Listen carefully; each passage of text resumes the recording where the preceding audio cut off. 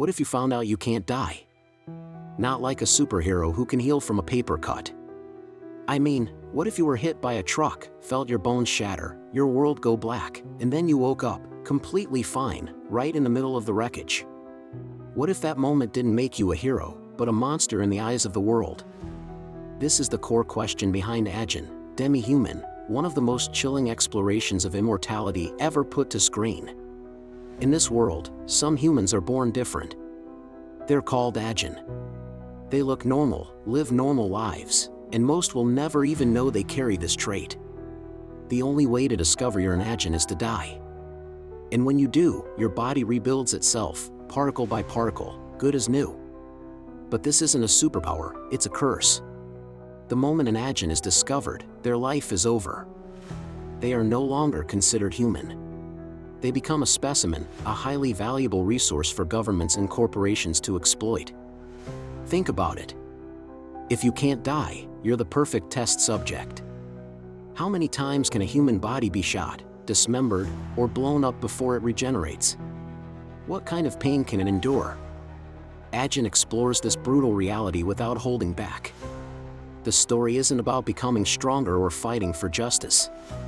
It's a desperate struggle for survival against a society that wants to dissect you, literally and figuratively, to understand what makes you tick. The horror isn't just the physical violence, it's the cold, systematic cruelty inflicted by ordinary people in lab coats. Because if someone can't die, society quickly stops seeing them as a person and starts seeing them as a thing. This is where the true psychological horror of Ajin sinks its teeth in.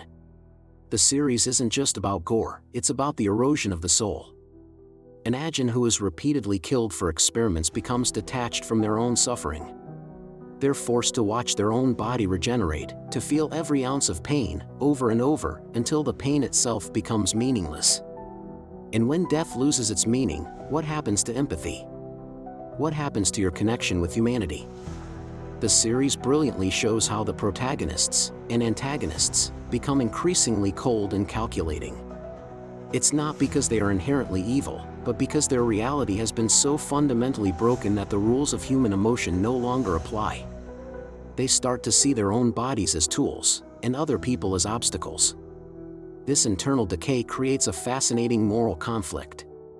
Not all Ajin react the same way. Some go into hiding, desperately trying to live a quiet life, praying they're never discovered. But others, like the series' main antagonist Sato, embrace the label of monster. His logic is terrifyingly simple: if the world is going to hunt us, torture us, and treat us like we aren't human, then we have no obligation to treat them as human either. He decides to fight back, not with protests, but with pure, unadulterated terrorism. The story forces you to ask, who is the real enemy here? The immortal beings fighting for their freedom, or the society whose fear turned them into monsters in the first place? The entire atmosphere of Ajin is built on this tension. The animation style is stark and clinical, which makes the moments of sudden, brutal violence even more jarring. There's an uncomfortable use of silence that keeps you perpetually on edge. You're never allowed to feel safe. Every scene feels unstable, like the power dynamic could shift at any second, plunging the characters into another nightmare they can't escape. It's a masterclass in building dread.